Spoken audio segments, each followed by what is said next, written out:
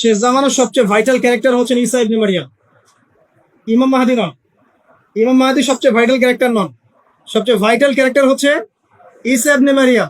তিনি Palestine Jerusalem থেকে পুরো ওয়ার্ল্ড ইসলামিক খেলাফা রিস্টোর করবেন ইনশাআল্লাহ তাআলা।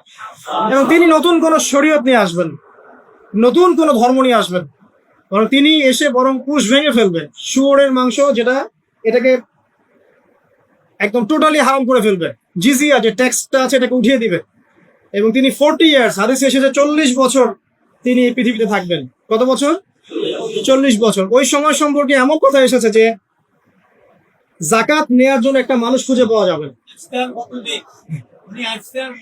আসতে কতদিন এটা আমরা বলতে পারবো, এটা আল্লাহ পাক জানেন, আল্লাহ জানেন। এটা কতদিন এটা আমরা বলতে পারবো না, এটা বলার অধিকারও আমাদের নাই, বিকজ এটা গায়েবের বিষয়। কিন্তু আলামতগুলো আস্তে আস্তে আস্তে আস্তে ওইদিকে যাচ্ছে।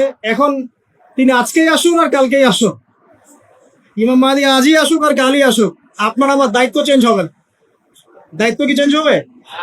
খুব সংক্ষেপে 2 মিনিট সময় নিচ্ছি যে আমরা যে কোনো সিচুয়েশনেই আমাদের দায়িত্বটা কি আসুক। 1 নাম্বার কথা হচ্ছে ভাই, যে বড় পরিসরে চিন্তা বাদ দিয়ে আগে ছোট পরিসরে আসেন। নিজের ব্যক্তি জীবনে আগে ইসলাম প্রতিষ্ঠা করুন। নিজে আগে পড়াশোনা করি, দিনের জ্ঞান অর্জন করেন, পড়াশোনা করেন, যে লাইনেই পড়াশোনা করছেন করেন, কিন্তু ইসলামটাকে, ইসলামের ফরজ ওয়াজিব সুন্নত মুস্তাহাবগুলো শেখেন। ডাক্তার ইঞ্জিনিয়ার হওয়ার কোনো আপত্তি নাই, তুই বড় পলিটিশিয়ান হন, ইকোনমিস্ট হন, কোনো আপত্তি নাই, বাট ইসলামের বেসিক নলেজটা অর্জন না করে মৃত্যুবরণ করেন না আল্লাহর রাস্তায়। 2 নাম্বার, কোরআনকে সময় দেন, কোরআনটাকে স্টাডি করেন, হাদিসটা স্টাডি করেন। আল্লাহ পাক তৌফিক দান করুন, আমিন। এরপরে আমল বাড়িয়ে দেন, আমলটা বাড়ায় দেন।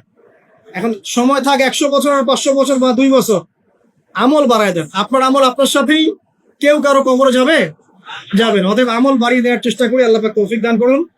আমল বাড়ানোর সবচেয়ে সেরা পদ্ধতি হচ্ছে রাসূল সাল্লাল্লাহু আলাইহি ওয়াসাল্লামের সুন্নাহ মতো জীবন গড়া, নবীর সুন্নাহ মতো জীবন গড়া। প্রত্যেকটা কাজ রাসূল সাল্লাল্লাহু আলাইহি ওয়াসাল্লামের সুন্নাহ মতো করেন, ইনশাআল্লাহ প্রতিটা কাজই নেকি হবে ইনশাআল্লাহ। আর কি বাড়াবো? আদর্শ পরিবার। এটা বারবার আমি একটা কথা বলি যে আদর্শ পরিবারের কোনো বিকল্প নাই। পারিবারিক আদর্শ, পারিবারিক মূল্যবোধ সবচেয়ে বড় শিক্ষা। এই শিক্ষাটা অন্য জায়গায় আপনি পাবেন না। সো পারিবারিক আদর্শটা ঠিক করার চেষ্টা করি আমরা। আমাদের বাচ্চাদের প্রতি সচেতন হই, কার সাথে মিশছে, কি করছে, ওদেরকে ডিভাইস এডিক্টেড হতে দিয়েন না।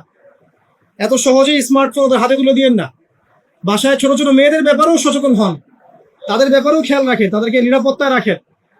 পর্দা, এটা তো বলতেই হবে, এটার কোনো বিকল্প নাই। যে যাই বলুক না কেন, আপনার ইজ্জত সম্মান আপনার কাছেই, এর কোনো বিকল্প নাই। রাসূল সাল্লাল্লাহু আলাইহি ওয়াসাল্লাম এবং আল্লাহর বিরুদ্ধাচারণ করে আপনি প্রগতি অর্জন করতে পারবেন, আপনি উন্নতি অর্জন করতে পারবেন, পারতে পারেন, সেটা বস্তুবাদী। তো পরকালে এর কোনো অস্তিত্ব থাকবে? থাকবে না। আর কি করতে পারি আমরা? আমরা হালাল অর্থনীতি সার্চ করতে পারি। হারামে যারা যারা আছে আজকে তওবা করি, আজকে এই লেকচার যাদের কানে যাবে, আমরা দোয়া করি আল্লাহ পাক সবাইকে হারাম রিজিক থেকে ফিরিয়ে নিয়ে আসে। বারবার একটা কথা বলি ভাই, এখন আমল নামায় যতটুকু রিজিক আছে এর একটা দানা না খেয়ে আপনি মৃত্যুবরণ করবেন, আপনার মৌত হবে না। এখন আপনার রিজিকটা আপনি কি অবৈধ পথে চাচ্ছেন না বৈধ পথে চাচ্ছেন, এটা আপনার ডিসিশন। আপনি যদি বৈধ পথে চান, ওই পরিমাণ রিজিক আপনাকে খাওয়াবেন আল্লাহ পাক, তারপর মৃত্যুবরণ করবেন।